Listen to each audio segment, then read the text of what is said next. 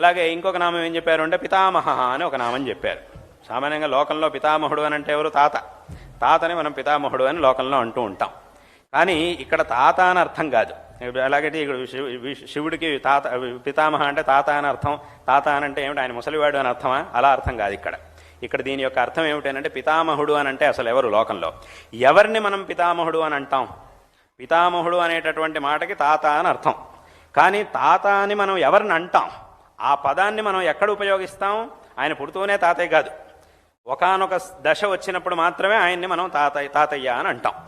అంటే ఏ దశలో మనం ఆయన్ని ఆ మాటతో పిలుస్తాం అని అంటే, ఎప్పుడైతే ఆయనకొక పుత్రుడు కలిగి, ఒక సంతానం కలిగి, ఆయనకి పునః ఇంకొక సంతానం కలుగుతుందో అప్పుడు ఈయనని తాత అని అనడం ప్రారంభిస్తాం. అప్పటి నుంచి మనం అలా అంటాం.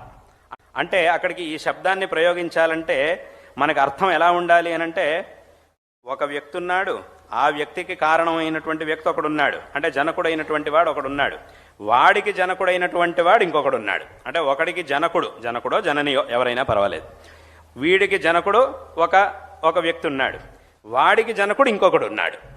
అప్పుడు వాడిని మనం తాతయ్య అని పిలుస్తాం. ఎప్పటి వరకైతే ఒక జనకుడికి జనకుడు వీడవడో అప్పటి వరకు ఆ మాటని మనం ఉపయోగించేది లేదు. అది అయిన తర్వాతే మనం ఆ మాటను ఉపయోగిస్తాం. అప్పటి నుంచి మొదలెడతాం ఆ మాటని పలకడం. నేను తాతయ్యాడు అని అంటాం, నేను తాతగారు అయ్యాడు ఇప్పుడు అని అంటాం. ఇప్పుడు ఆ మనవడు పుట్టినప్పుడు అంటాం. అంటే అక్కడికి ఏమైంది? దీని ద్వారా మనం ఏమర్థాన్ని తెలుసుకోవాలి? శాస్త్రం ఏం చెప్పదలుచుకుంది అని అంటే, ఈ నామం ద్వారా కారణానికి కారణము అంటే, ఈ ప్రపంచంలో ఏ వస్తువు అవ్వాలన్నా కూడా దానికి ఒక కారణం అనేది ఉంటుంది. దానికొక కారణం ఇలా అన్నిటికీ కూడా కారణం ఎవరు అని అంటే భగవంతుడు. అంటే కారణానికి కూడా కారణుడైనటువంటి వాడు. లోకంలో అన్ని వస్తువులకు ఒక కారణం అనేది ఉంటుంది. కారణములుగా ఉండే వస్తువులన్నిటికీ కూడా కారణం అంటే మూల కారణం.